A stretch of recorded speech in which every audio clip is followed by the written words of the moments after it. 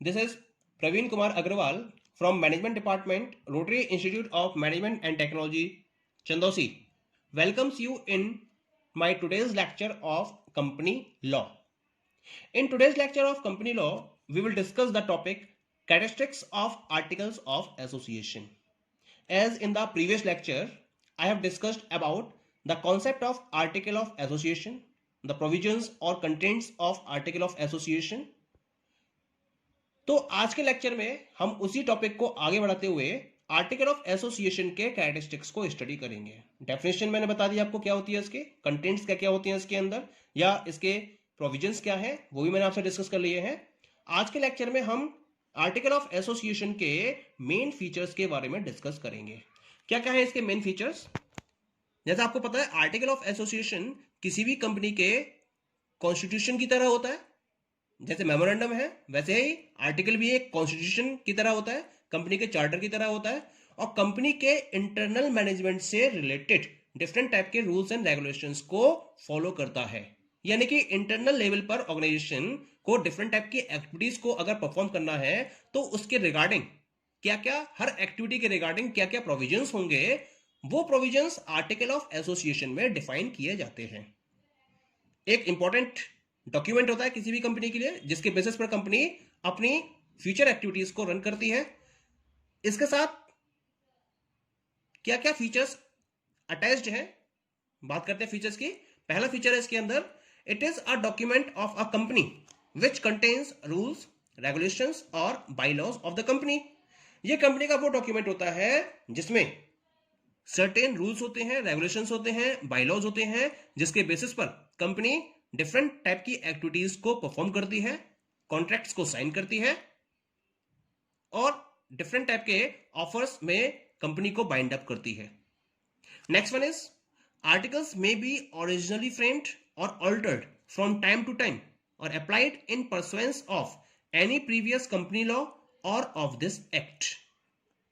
क्योंकि हम बात कर रहे हैं कंपनी एक्ट 2013 की, इससे पहले था कंपनी एक्ट 1956, उसको रिप्लेस करके कंपनी एक्ट 2013 को डेवलप किया गया है।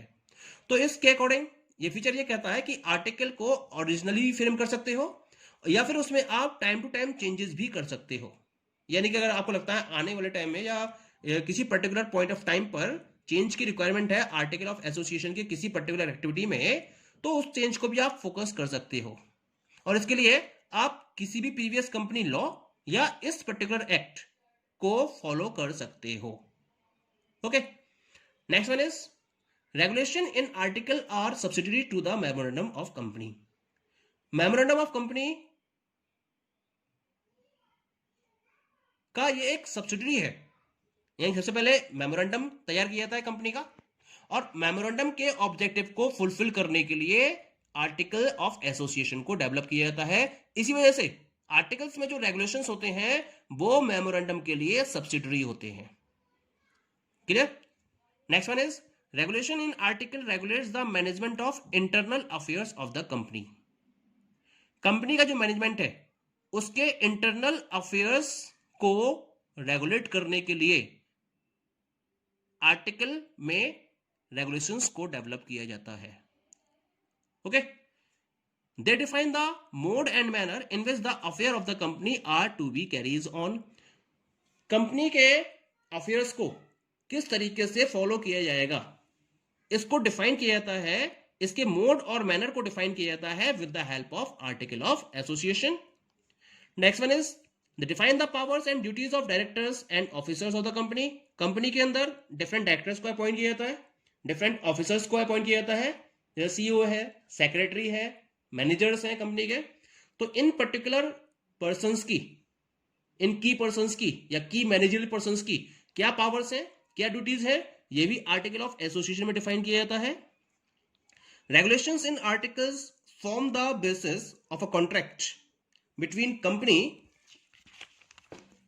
And the members and explain the relation between the members inter से।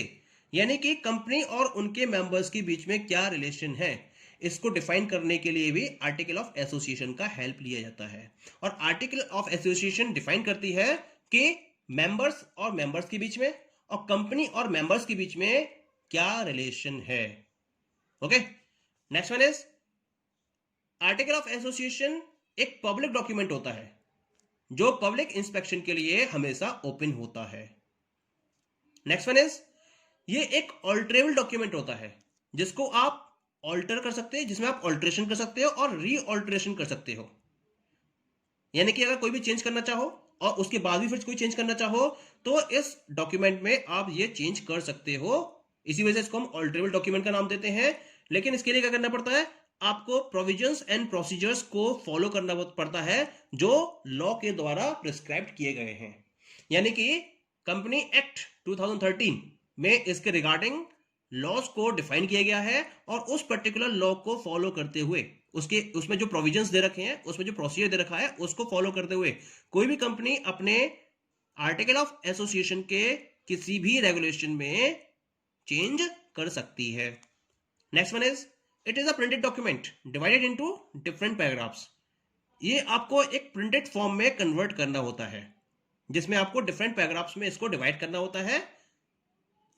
Next one is the model form of articles have been prescribed for each class of companies in table F to J of the schedule first of the act. A company shall frame its articles in the form applicable to it. क्योंकि हमने पढ़ा है पीछे different type की companies होती हैं, तो different type की कंपनीज को ध्यान में रखते हुए हर फॉर्म के अकॉर्डिंग एक मॉडल फॉर्म डेवलप की गई है आर्टिकल्स की। मॉडल फॉर्म का मतलब होता है एक स्टैंडर्ड फॉर्म डेवलप की गई है जिसको शेड्यूल फर्स्ट के टेबल एफ से लेकर जे, एफ जी एच आई जे, ये 5 वैरायटी होती है कंपनीज की और उसके अकॉर्डिंग 5 ये टेबल डिवाइड किए हैं। हर टेबल में उस पर्टिकुलर कैटेगरी की कंपनी के अकॉर्डिंग मॉडल आर्टिकल को डेवलप किया गया है जिसको फॉलो करके कंपनी अपना आर्टिकल डेवलप कर सकती है। Clear? And the last one is no model articles have been prescribed for private companies. Private companies के लिए कोई भी मॉडल आर्टिकल डेवलप नहीं किया गया है, प्रिस्क्राइब नहीं किया गया है। प्राइवेट कंपनी को खुद से ही अपना आर्टिकल फ्रेम करना होता है। तो ये बात हो गई about the features of the article of association. अब हम बात करते हैं अगले टॉपिक की। The topic is forms and formalities of article of association. Article of association की फॉर्म्स क्या है और क्या क्या फॉर्मेलिटीज को हमें इसमें फोकस करना होता है। फॉर्म्स जैसे मैंने ऊपर आपको बताया था कि शेड्यूल फर्स्ट के टेबल एफ टू जे में हर क्लास ऑफ कंपनी के लिए एक अलग मॉडल फॉर्म डिफाइन की गई है आर्टिकल्स के रेफरेंस में। तो वो एफ टू जे का एक्सप्लेनेशन मुझे यहां पर आपसे डिस्कस करना है। ओके, पहले बात करते हैं टेबल एफ की। Table F, this provides model articles for a company limited by shares.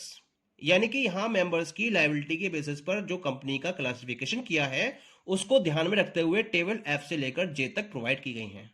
Table F उन कंपनीज के लिए मॉडल आर्टिकल्स प्रिस्क्राइब करता है जो लिमिटेड बाय शेयर्स की कैटेगरी में आती हैं।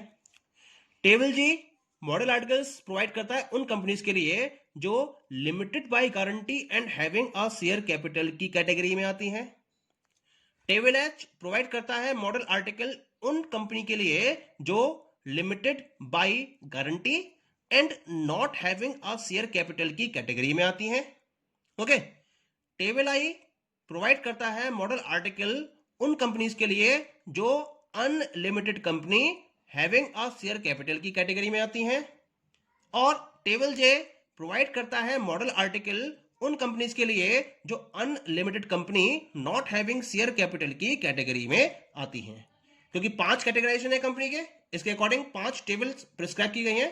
Table F, table G, table H, table I and table J. कोई भी कंपनी इस टेबल में या पर्टिकुलर टेबल में दिए हुए जितने भी मॉडल आर्टिकल्स हैं उनमें से किसी भी आर्टिकल, किसी भी रेगुलेशन को या सारे के सारे रेगुलेशंस को अडॉप्ट कर सकती है जो उस कंपनी पर एप्लीकेबल होते हैं। Okay, now we move to the next one. Next one is the formalities. अब जब एक पर्टिकुलर आर्टिकल ऑफ एसोसिएशन आपने डेवलप किया है, ये डॉक्यूमेंट आपने तैयार किया है, तो इसमें कुछ फॉर्मेलिटीज भी आपको कंप्लीट करनी होती हैं। क्या क्या फॉर्मेलिटीज होती हैं वो देखते हैं यहां पर। The formalities that are required to be complied with for registration of articles are as follows. तो रजिस्ट्रेशन के लिए, आर्टिकल ऑफ एसोसिएशन के रजिस्ट्रेशन के लिए हमें कुछ फॉर्मेलिटीज को कंप्लीट करना होता है। पहली फॉर्मेलिटी है the article shall be printed और computer laser printed. Handwritten form में नहीं चलेंगे ये, या टाइप फॉर्म में नहीं, या फिर टाइप फॉर्म में नहीं चलेंगे, ये प्रिंटेड फॉर्म में होने चाहिए। आर्टिकल्स में आप जो भी रेगुलेशंस को फोकस करते हुए जब जो भी आप अपना आर्टिकल डेवलप करते हो, all the pages must be in printed और कंप्यूटर लेजर प्रिंटेड फॉर्म। ये इसकी पहली फॉर्मेलिटी है। Now come to the second formality. Second formality में the article shall be divided into paragraphs. Article को आपको पैराग्राफ्स में डिवाइड करना है और उनको कॉन्जिक्यूटिव वे में नंबरिंग प्रोवाइड करनी है, 1 2 3 4 5 इस तरह से कॉन्जिक्यूटिव वे में उनको नंबरिंग प्रोवाइड करनी है। ये सेकंड इसका फॉर्मेलिटी है। और थर्ड फॉर्मेलिटी है article shall be signed by each subscriber of the memorandum of association. जब आपने मेमोरेंडम ऑफ एसोसिएशन तैयार किया था तो उस टाइम पर आपने जो भी सब्सक्राइबर्स फॉलो किए थे उन सारे सब्सक्राइबर्स के आर्टिकल ऑफ एसोसिएशन पर साइन होने जरूरी है। एक बात तो ध्यान रखनी है, जो सब्सक्राइबर्स मेमोरेंडम ऑफ एसोसिएशन पर साइन करते हैं उसके साथ साथ उन्हें हर सब्सक्राइबर को अपना एड्रेस, डिस्क्रिप्शन और ऑक्यूपेशन भी उसमें बताना होता है, और ये एक विटनेस के प्रेजेंस में होना चाहिए। ओके, अच्छा, जो विटनेस फॉलो किया जाता है उस विटनेस के रेफरेंस में भी एक कंडीशन है कि उस विटनेस के भी सिग्नेचर अटैच्ड होने चाहिए आर्टिकल ऑफ एसोसिएशन में, और इसके साथ साथ वो विटनेस अपना एड्रेस, डिस्क्रिप्शन और ऑक्यूपेशन भी स्पेसिफाई करता है उस पर्टिकुलर आर्टिकल ऑफ एसोसिएशन में। तो ये फॉर्मेलिटीज है जिनको फॉलो करते हुए एक आर्टिकल ऑफ एसोसिएशन को रजिस्टर्ड किया जाता है। Okay, thank you.